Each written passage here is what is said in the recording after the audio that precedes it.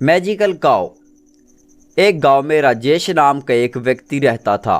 उसका एक चाचा था जिसका नाम गुरु था। दोनों अलग अलग रूप बदलकर चोरियां करते रहते थे। एक दिन गुरु चाचा रूप बदलकर रतन नाम के एक जमींदार के घर गया। उसके साथ एक गाय भी थी। रतन ने बाबा को प्रणाम किया। रतन बोलता है, ये क्या स्वामी जी, इतला दिए बगैर ही आप हमारे घर आ गए। मेरे आने का एक कारण है बेटा। मैं अपनी जादुई शक्ति से लोगों की समस्या जान लेता हूँ। मैं जान गया हूँ कि आपके घर में कई समस्याएं हैं। क्या ये सच है? हाँ जी, आजकल मेरी सेहत ठीक नहीं रहती। मेरा बेटा पागल हो गया है और मेरी बेटी ने अपने पति को छोड़ दिया है। इसीलिए मैं तुम्हारे लिए एक जादुई गाय लाया हूँ। अगर तुमने इसे रात को अपने घर में रखा तो तुम्हारी सारी समस्याएं दूर हो जाएंगी।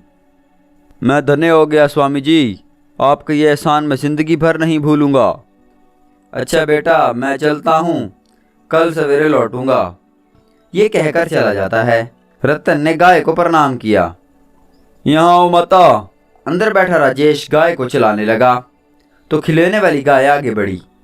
वो यूं जाकर एक जगह रुक गई।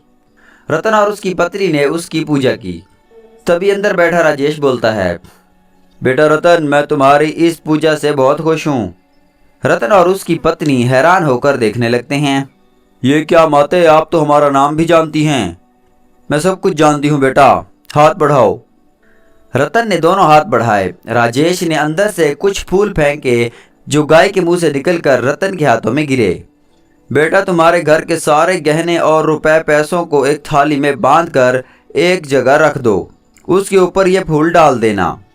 अगर तुम ऐसा करोगे तो ये गहने परसों तक दुगने हो जाएंगे। ये मेरी तरफ से तुम्हारे लिए स्पेशल बोनस है। अरे वाह, क्या किस्मत है जी।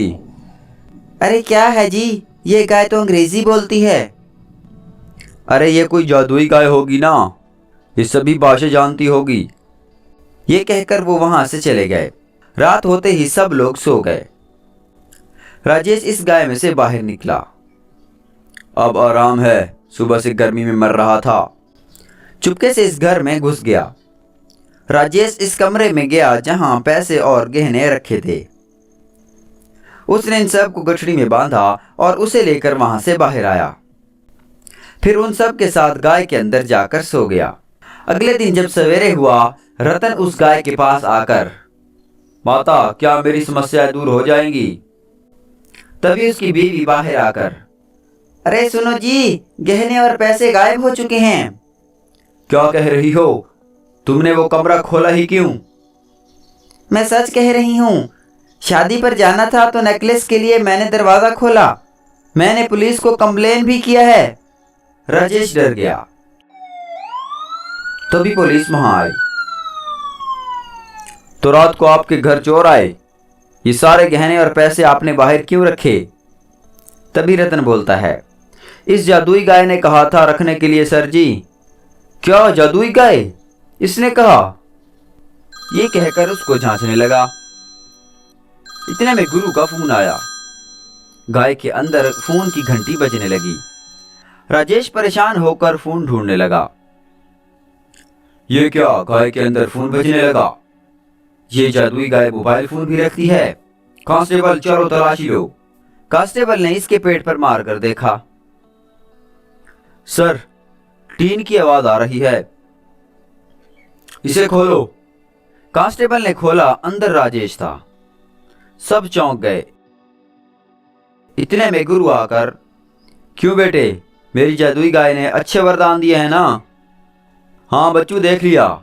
अब मैं इसे और तुम्हें दोनों को बढ़िया वरदान देता हूँ। ये कहकर दोनों को जेल में डाल दिया।